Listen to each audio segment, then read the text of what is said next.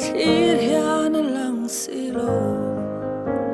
ma se eng tiang po in kan kalam lama se ka thin lung mangai na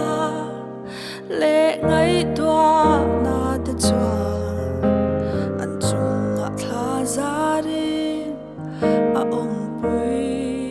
reng chi o ka mangai te u ka duat em te u in loi na run riang te o in zal na lai khum lai tual in LENNA te mit thlan na sam ring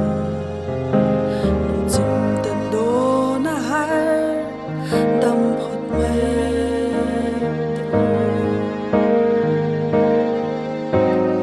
mam pui kan shai du lai te kha dam chi ma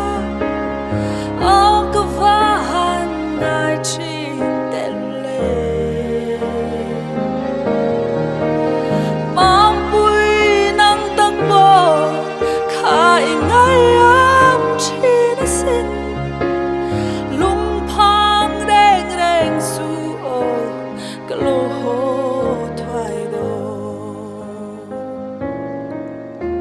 ka shai te khan ngai hian min out in si a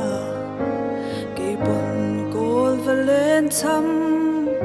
kar dan na chang hianin ngai em hian ka